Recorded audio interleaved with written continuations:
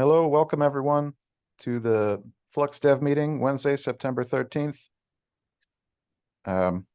We have a couple of agenda items.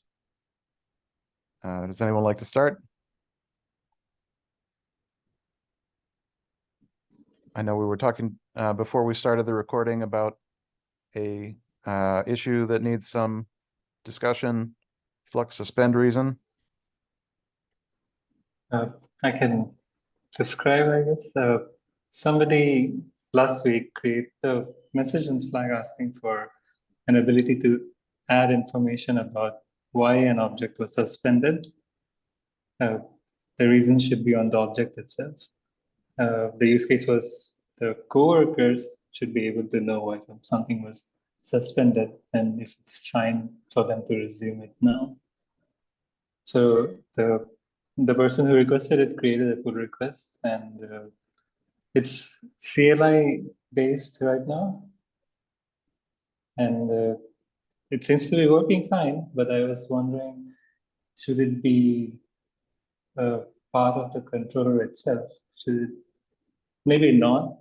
Just wondering, should it be reflected in the status of the object, similar to the reconcile at value that we have for force reconciliation? I don't think it should. With the reason being that, and also why I have certain question marks around this feature being added in general, is that if you add the reason annotation and you then unsuspend the object from, I don't know, Git or something, then there is a possibility, or I don't know, you just patch it through kubectl, whatever. Then there is a possibility that the reason stays put, but the value is changed. That is why I was like, if it's in controller can remove the reason from the status, but if it's in annotation, it will be stale and may not be relevant.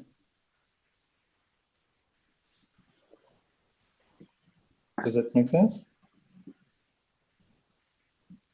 I can explain again. I understand what you're saying, but I think the mechanics are different from the reconcile request because there you basically have a token which is used to detect a unique request because it makes use of a timestamp. With a reason can continue to exist, right? So its uniqueness is not guaranteed in a way. I have more of an implementation question. How would the controller set the reason in the status? Like the controller won't set it. Sunny is proposing that if it notices that it was in a suspended state and then is no longer in a suspended state, that it would erase the reason from the object. You mean from the annotations? Yeah. It can be anything. It can be removed from annotation, or maybe it should be written in the status and removed from the status. Open to any option. But I don't think the reflection is required because it's not used to determine a certain state change to which conditions are attached from the controller's point of view, right? So if you want to display the reason as someone who just consumes the object from the API server, then you can basically just look for the string value of the field. So the duplication of it inside the status has no value.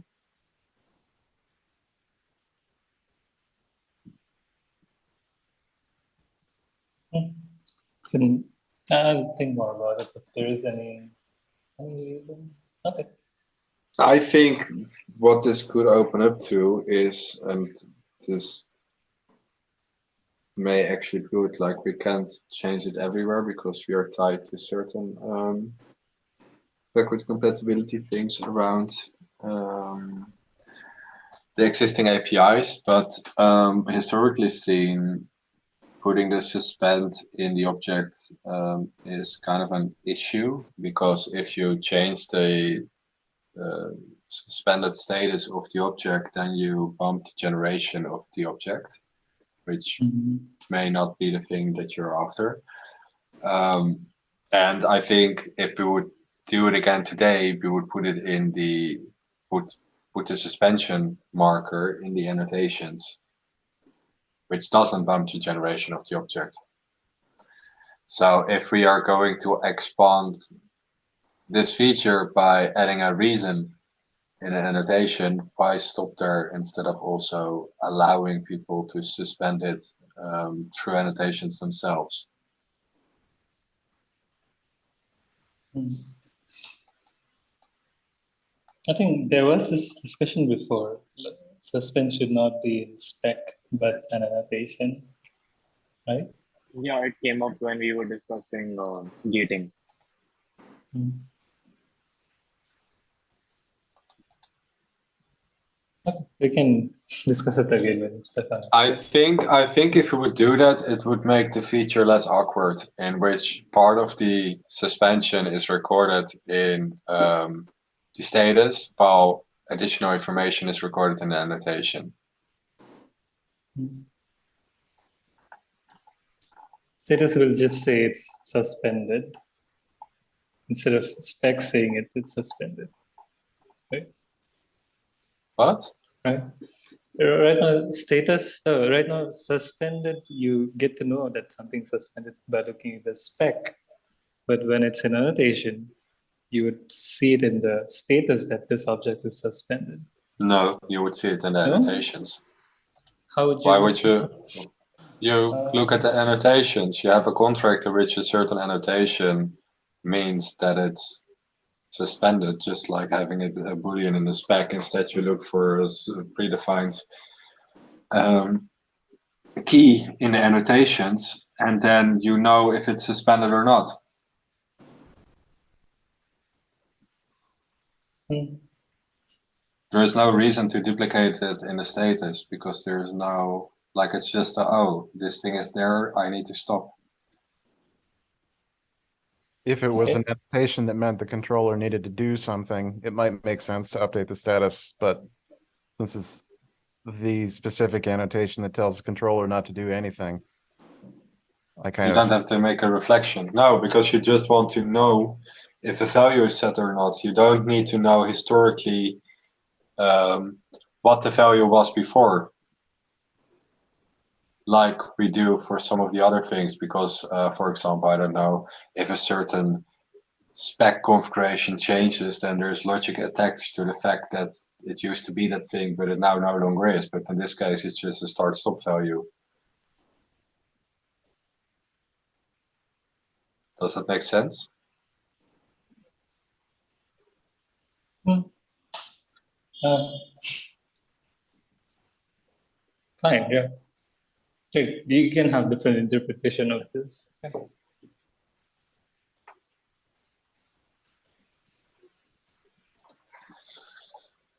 Yeah, I would suggest we talk more about this when Stefan is back next week.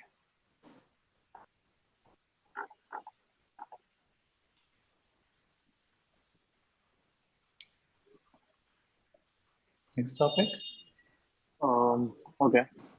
I was implementing token caching based on the discussions from yesterday.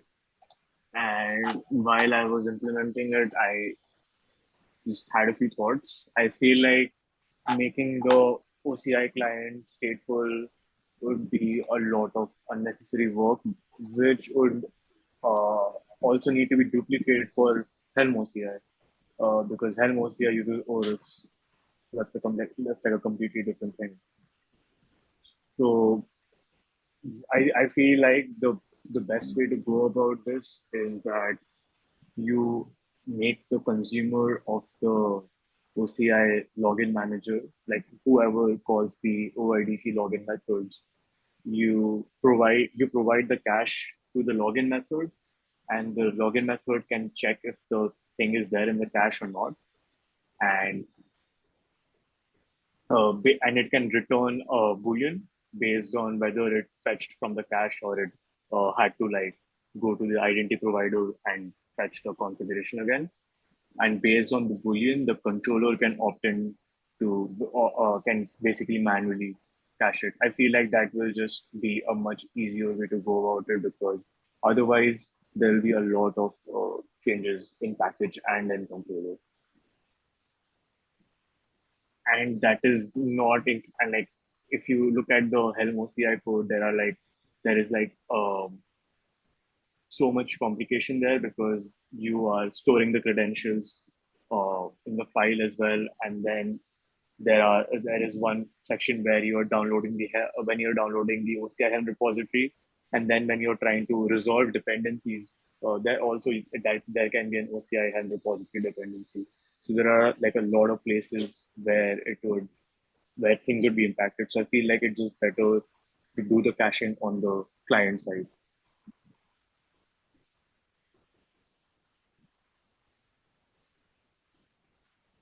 I would need to see code before I can judge. Code for the first thing or the second thing, or both? The second thing you're proposing, to see what I think about it, because it's so abstract at this point that I can't be a good judge. Okay, that's fair. I can ask a question. So based on yesterday's discussion where we are talking about manager will have a cache or manager can be configured to not use a cache. I was thinking in every reconciliation, when you call the login manager, you would pass the login manager a cache if you want to use a cache. Yeah, Because that's what we agreed for, right? But isn't that what you're explaining now for the new method, new way of doing things? No, what I was the initial discussion yesterday was that we would make the entire OCI client stateful, so that the essential problem is that how do you know if you've cached a valid token or an invalid token? Because you don't want to, like, you will keep using the invalid token until you fix the issue and restart the pod. If you don't want to do that, so you need to first test out the token by pulling an image or listing some tags. And if that's successful, then you know that you have a valid token. So since the controller is going to be the thing that pulls the image, like after it has pulled the image inside like a defer function or something, it can cache the thing. It can cache the authentication credentials.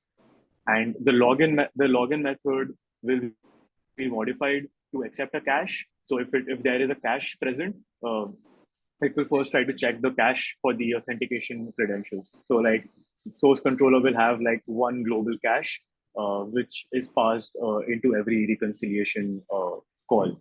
So there will be we'll probably need to use a new text for here.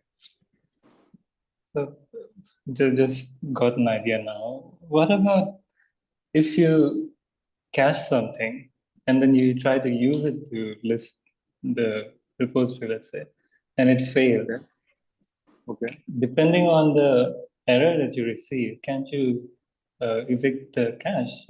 Key cache, the key from the cache? Yeah, that was also another idea which I thought about. But then you would need to,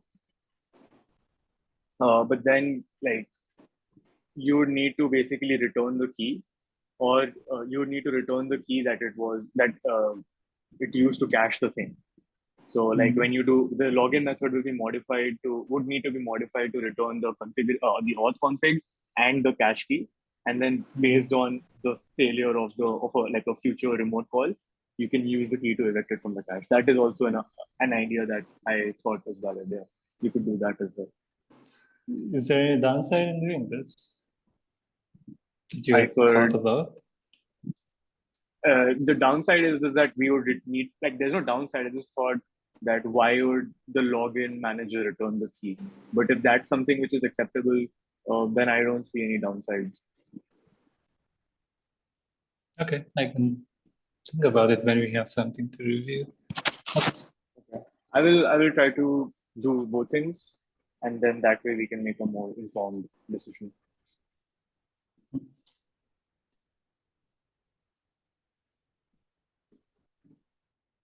Yeah, that's pretty much it.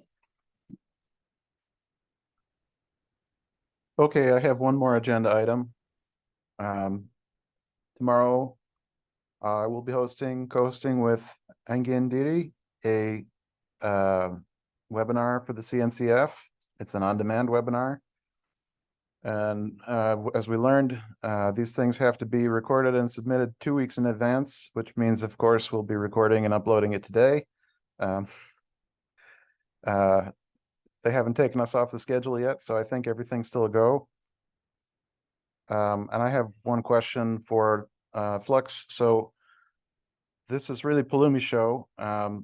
And I found out as I was reviewing the notes that Engin is using the Helm community Flux chart to install Flux. Do we have any guidance to offer related to this? And obviously I have opinions, and I'm going to be promoting Bootstrap and explaining what is Bootstrap.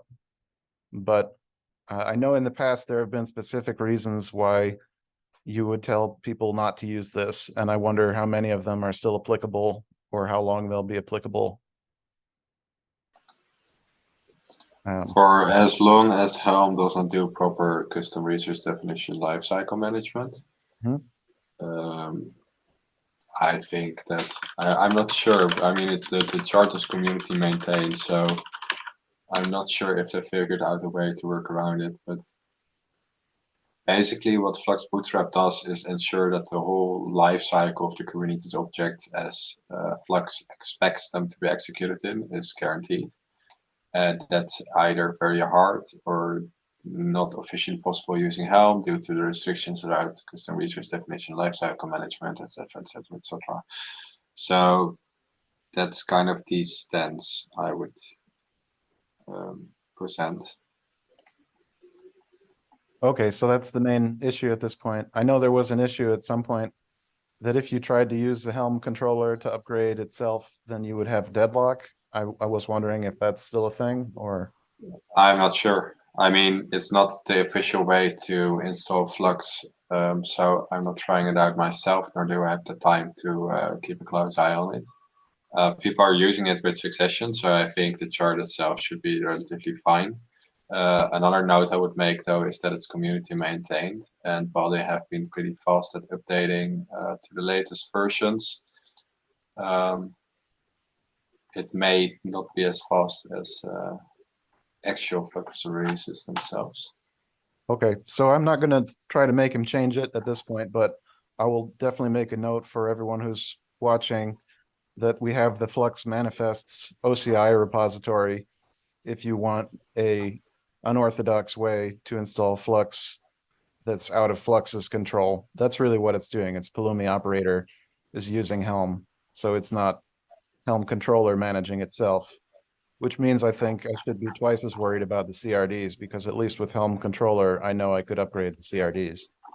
But I'm trying to figure out quickly how they how everything is put together.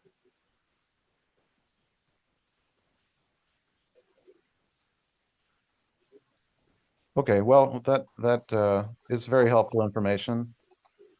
And there's also, of course, the Flux all-in-one distribution. Try to remember that there's Flux manifests is the official OCI distribution, though. I don't know how many people were recommending Flux all-in-one too or not. Both very cool.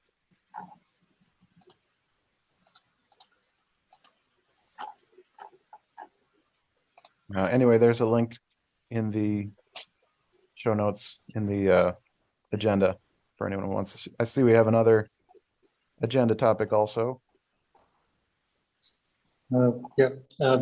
Last week, somebody who was trying the new metrics we have, the resource metrics that we expose through KubeSet metrics, they're trying to get metrics about resource failure, or when an object is not in a ready state.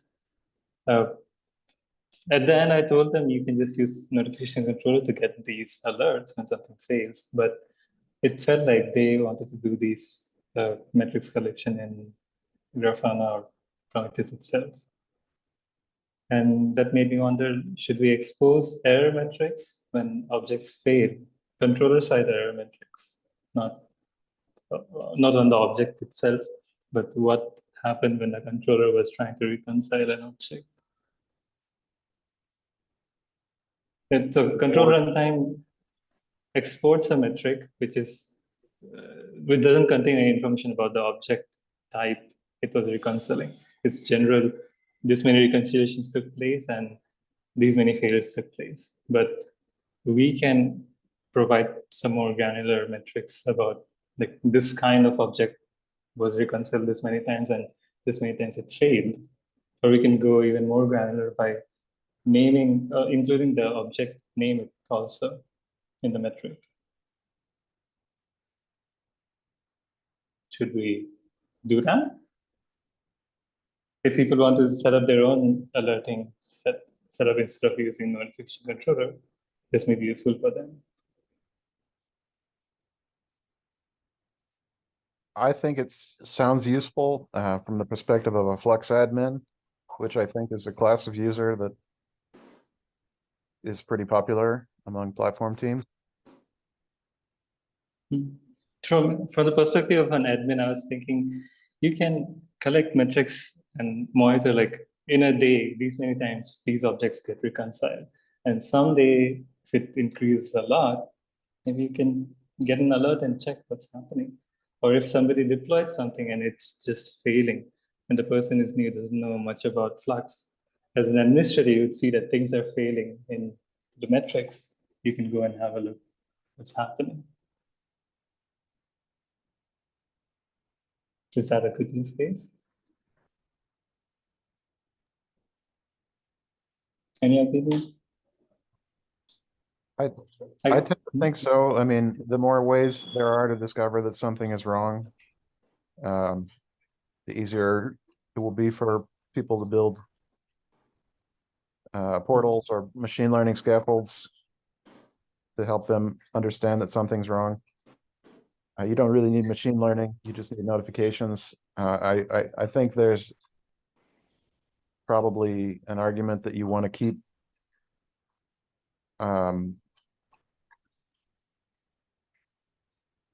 you know, one good way to discover that something is wrong, but I don't know that I would argue that metrics isn't the way. I think metrics is probably the main way. I forgot to mention that the person who requested or who was trying to use the CRD metrics, they were trying to look for a state where ready condition is not progressing and it's false. And I was like, ready condition may be in a different state. So ready condition changes all the time. When it's under reconciliation, it will be progressing. When it fails, it will change. It'll get updated whenever reconciliation starts. So reconciliation is not really helpful to get a sense of when things are failing. And objects have different conditions, so it's hard to have a common set of conditions to be observing on all the objects. And it may be better if control itself can tell you when there is a failure instead of users trying to craft something that will tell them something is wrong. It's easier for stalled errors because you can there's just one condition, stall condition. But for other failures that are not stalling failure. In almost any scenario, the ready condition will have the reason for failure, right? Huh? In any condition? The ready condition in cases of failure will almost always have the reason about why something failed. Mm-hmm. So there is a difference in how ready condition is used in source controller and customized controller. In source controller, we do not mark ready as false or even unknown unless we know that something needs to happen. But in case of customized controller, as soon as reconciliation starts, it changes the ready condition to unknown or false. And we had a discussion about this with Stefan. He is not ready to change that. I think that's the core of the problem. Kind of. But last time we Because discussed. the way you solve it is by setting the progressing condition to mark that something is well being worked on, and then you just don't touch the ready condition because that bears the last state of why something explicitly failed or whatever. Mhm. And progressing is automatically an implicit, hey, I'm not ready. Mhm. I think Stefan's argument was people don't look at reconciling condition, they just look at ready condition. And if ready is true, they would think nothing is happening. Yeah, but apparently that creates a new issue of people not knowing what the right. reason of failure used to be. So there's a reason why there are multiple types of conditions to bring that information forward or prevent it from being erased. Mhm. I think maybe we can use this argument try to convince Stefan here. Yeah, okay, then we need to discuss it again next week, I think. Yeah. Okay.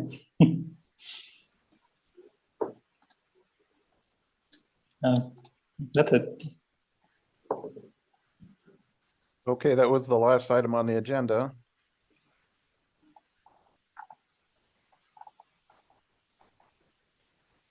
So we'll wrap up there for today.